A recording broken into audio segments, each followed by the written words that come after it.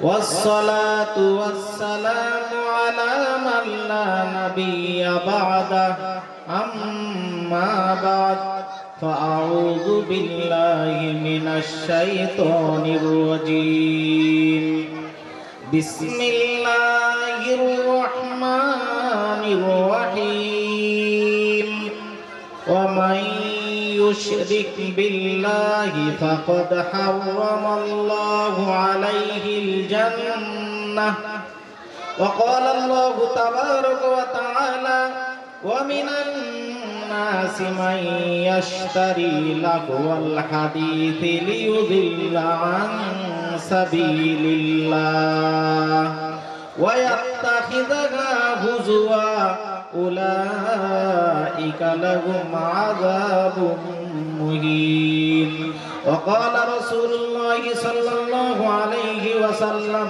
كل بدعة ضلالة وكل ضلالة في النار أو كما قال عليه الصلاة والتسليم শ্রদ্ধেয় ও সম্মানীয় মুআজ্জাজ উলামায়ে কিরাম, সম্মুখে উপবিষ্ট করুই এবং দূর দূরান্ত থেকে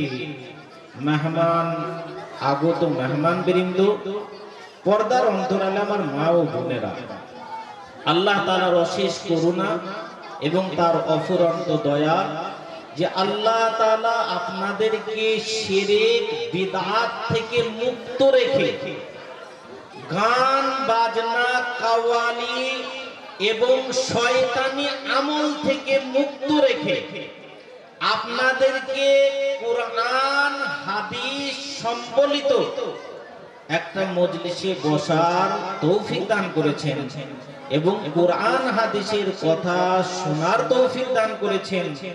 আল্লাহ তাআলা সকলে তৌফিক দান করেন না, কাউকে কাউকে আল্লাহ তাআলা তাকে প্রত্যাখ্যান করেন, তো শয়তানি মজলিসে তার জায়গা হয়, এই রকম মজলিসে আপনার তার জায়গা হয় না, সকলের কপালে জোটে না। আমি এই কথা নিজে বলছি না, রাসূল করিম সাল্লাল্লাহু আলাইহি ওয়াসাল্লাম বলেছেন মাইয়ুরিদিল্লাহু বিহি খায়রান ইউফাক্কিহু ফিদ্দীন। আল্লাহ তাআলা যার ভালো চান, যার কল্যাণ চান, তাকে দ্বীনের সহি বুঝ দান করেন।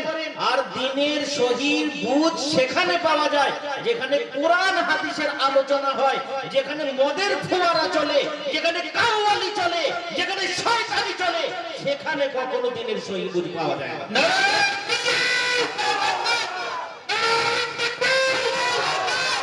তো যে আল্লাহ তাআলা আমাদেরকে এই রকম সুন্দর যে মজলিসকে ফেরেশতারা পরিবেষ্টিত করে নেয়, আল্লাহ তাআলার রহমতের ফেরেশতা পরিবেষ্টিত করে নেয়, সেই মজলিসে আল্লাহ তাআলা বসার তৌফিক দান করেছেন। আমরা আল্লাহর একবার শুকরিয়া আদায় করি, বলি আলহামদুলিল্লাহ, আলহামদুলিল্লাহ। আর যারা শয়তানি মজলিসে বসে আছে, যারা শয়তানি আমলে যুক্ত আছে, আর যারা নেশা ভাঙ করে, যারা কাওয়ালিতে মত্ত হয়ে পড়ে, যারা দ্বীন দুনিয়ার হুঁশ জ্ঞান নষ্ট করে ফেলে, আমরা তাদের হিদায়াতের জন্য আল্লাহর কাছে দোয়া করি, আল্লাহ আমিন তুমি তাদেরকে হিদায়াত দাও।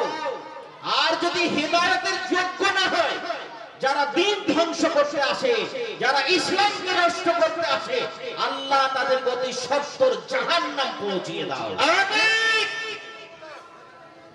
তারপরে পরে লক্ষ কোটি দরুদ বর্ষিত হোক আমাদের মহানবী সাল্লাল্লাহু আলাইহি ওয়াসাল্লামের উপর, যে মহানবী সাল্লাল্লাহু আলাইহি ওয়াসাল্লাম তিনি বলেছেন আমার উম্মত ৭৩টা দলে বিভক্ত হবে, ৭৩টা, এর মধ্যে ৭২টা দল, ৭২টা কাতার জাহান্নামে যাবে, কেবলমাত্র একটা দল, একটা কাতার জান্নাতে যাবে। এখন কথা হচ্ছে আপনি কি করে বুঝবেন কোন কাতারটা জান্নাতে যাবে আর কোন বাকিগুলো জাহান্নামে যাবে? আল্লাহ রাসূলকে সাহাবারা জিজ্ঞাসা করেছিলেন, ইয়া রাসূলুল্লাহ সাল্লাল্লাহু আলাইহি ওয়াসাল্লাম, তাহলে আপনি বলে দিন কোন দলটা জান্নাতে যাবে আর 72টা জাহান্নামে যাবে, আপনি একটু ব্যাখ্যা করে দিন। আল্লাহ রাসূল সাল্লাল্লাহু আলাইহি ওয়াসাল্লাম বলেছিলেন, মা আনা আলাইহি ওয়া আসহাবি, ওই দলটা জান্নাতে যাবে যে কাজ আমি করি, যে তরিকা পদ্ধতির উপরে আমি চলি এবং যে তরিকা পদ্ধতির উপরে আমার সাহাবারা চলবে, সেই তরিকা যে অবলম্বন করবে, সেই রাস্তায় যারা চলবে, সেই দলটা কেবলমাত্র জান্নাতে যাবে আর বাকি দলগুলি জাহান্নামে যাবে। এখন আমরা চিন্তা করে দেখব যে আল্লাহর রাসূল সাল্লাল্লাহু আলাইহি সাল্লাম যে রাস্তায় চলেছেন, সাহাবারা যে রাস্তায় চলেছেন, সেই রাস্তায় আমরা আছি কি নেই। যদি আমরা না থাকি আমরাও জাহান্নামী গুরু, আর যদি আমরা থেকে থাকি আমরা জান্নাতি গুরু, আর বাকিগুলো সব জাহান্নামী গুরু, শয়তানদের দল, মদখোরের দল, গাঁজাখোরের দল, কাউয়ালির দল, আশার দল, ডিজের দল আর ব্যান্ড পার্টির দল। এরা শয়তানি গুরু না জাহান্নামী গুরু, আজকে আমরা দেখব কেন। সুতরাং চলুন আমরা বিশ্লেষণ করি। মা আনা আলাইহি, আল্লাহ রাসূল সাল্লাল্লাহু আলাইহি ওয়াসাল্লাম বলছেন, যে জিনিসের উপরে আমি আছি আর আমার সাহাবারা আছে, সেই দলটা জান্নাতে যাবে। আল্লাহ রাসূল সাল্লাল্লাহু আলাইহি সাল্লাম জীবনে কখনো নামাজ ছেড়েছেন আপনারা জানেন? জীবনে কখনো নামাজ ছাড়েননি। আল্লাহ রাসূল সাল্লাল্লাহু আলাইহি ওয়াসাল্লাম জীবনে কখনো শিরক করেননি। আল্লাহ রাসূল সাল্লাল্লাহু আলাইহি ওয়াসাল্লাম এই দুনিয়াতে আগমন করেছিলেন আল্লাহর রহমত হিসাবে, মুআল্লিম হিসাবে, শিক্ষক হিসাবে।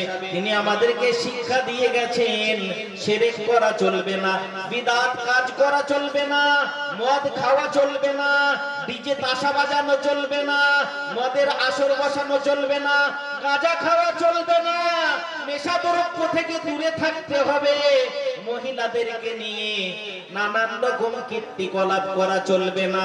আল্লাহ তাআলা মহিলাদেরকে বলেছেন, হে মহিলা সকল, তোমরা নিজের দৃষ্টিকে সংযত রাখো, তোমাদের মাথায় ওড়না রাখো, তোমাদের বক্ষ যুগল ঢেকে রাখো, তোমরা পর্দা পুশিদার মতো চলো, এমনকি তোমাদের পায়ের নুপুরের আওয়াজ যেন পরপুরুষের কানে না যায়। অনুরূপ ভাবে পুরুষদেরকে আল্লাহ তাআলা বলেছেন, হে পুরুষ সকল, তোমরা তোমাদের দৃষ্টিকে সংযত রাখো। কিন্তু না,